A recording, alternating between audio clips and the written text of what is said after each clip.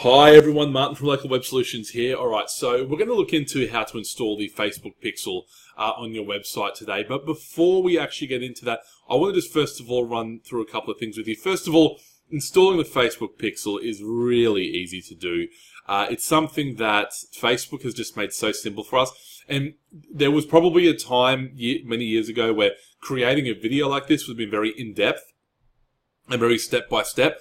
But luckily for us, and luckily for nearly every business owner in the world, Facebook's given you those step-by-steps in the actual setup of the Pixel. So I'm just going to make this video as a sort of real simple guide to let you know where you need to go. And also, you know, at the end of the day, if you're using some other platforms that don't quite have the step-by-step walkthrough that Facebook provides you, then I'll let you know on a couple of major platforms how to do that. It's all pretty straightforward. But the best part is that Facebook actually also provides you with some absolutely amazing resources as well on how to do this stuff. But first of all, before we start anything at all, one of the most important things to do if you're a business owner and you want to start looking into Facebook advertising and promoting yourself on Facebook, I highly recommend that you get on top of the Business Manager. Now, obviously, you don't need the Business Manager to advertise on Facebook, but I highly recommend that it is you start this now rather than later. Because as you'll see when you jump on business.facebook.com, you'll see here why you should choose Business Manager. For example, you need more than one ad account, which, let's be honest, if you're a business owner who has several businesses or several franchises or whatever, this might come in very handy. Same with access to different pages or ad accounts. It also helps if you have someone in your business that will be taking care of Facebook ads, or if you hire an agency like us, it will actually allow us to work together from our business manager to your business manager, rather than needing to get permissions on people's pages and so forth. It's all done in one hub, and it's all done to be really simple and really effective. And I tell you right now, this is probably one of the best things that Facebook's ever released for business owners, because it really does give you a hub for everything that you need to do. So I'd start off by getting onto this, okay? Before you start talking about pixels or anything like that, get onto your Business Manager. Just jump to business.facebook.com, go create an account, or just log in with your existing account and it will set it all up for you. It's all pretty straightforward stuff. There's nothing too crazy. If you do need help, Facebook has got a whole ton of resources that will help you with this. But I just wanted to mention that before we get started into the Facebook Pixel. And I'm actually going to be using my Business Manager account to set up a dummy Pixel and show you how it's done. So we'll get onto that part next. But as I said, jump onto Facebook, start your Business Manager, and then we'll get going into the Pixel. Right, now once you're in the Business Manager, your actual setup might look completely different to this, but the principles remain the same. So when you're in Business Manager, what you want to do is go up to the hamburger menu up here, and what you're going to see is some really cool settings there. Your business settings, your Business Manager, your Ads Manager, and of course all these can now be located from this one hub. But what you want to do is go to All Tools, and then take yourself over to the Events Manager and click on Pixels. Now, when you click on this, it's going to take you over to the actual Pixel setup page, or it's the hub where you can manage existing pixels with your accounts. All right, so once you're in the actual Events Manager, you'll see a whole bunch of things like data sources, custom conversions, and things like partner integrations. Now, what you probably want to do is hit on Add New Data Source and click Facebook Pixel. And what this is going to do is take you through the real basic setup. Now, what you want to do is type in your Pixel name.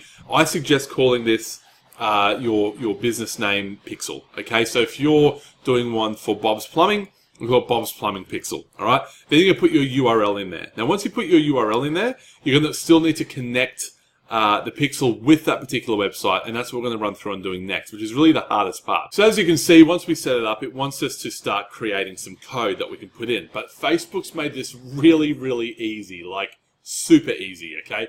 Basically, if you are on any popular web builder platform, such as WordPress or Wix, or if you're on an e-commerce platform, such as BigCommerce or Shopify, you're pretty much going to fall into the category of connecting to a partner platform. And to do that, you simply click on it, and it will actually take you through what you need to do for each particular CMS or e-commerce site or web builder or whatever that it is that you're using. It's super easy to set up here. It's even got things like Squarespace. One of the most popular CMS or web builders is WordPress.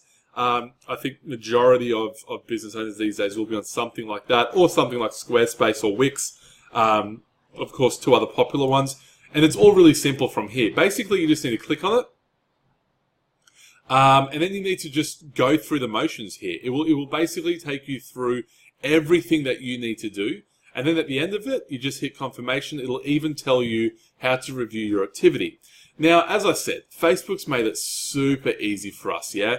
But I just want to show you real quick what happens if your particular platform isn't here. And what you want to do is hit on the manually install pixel code yourself.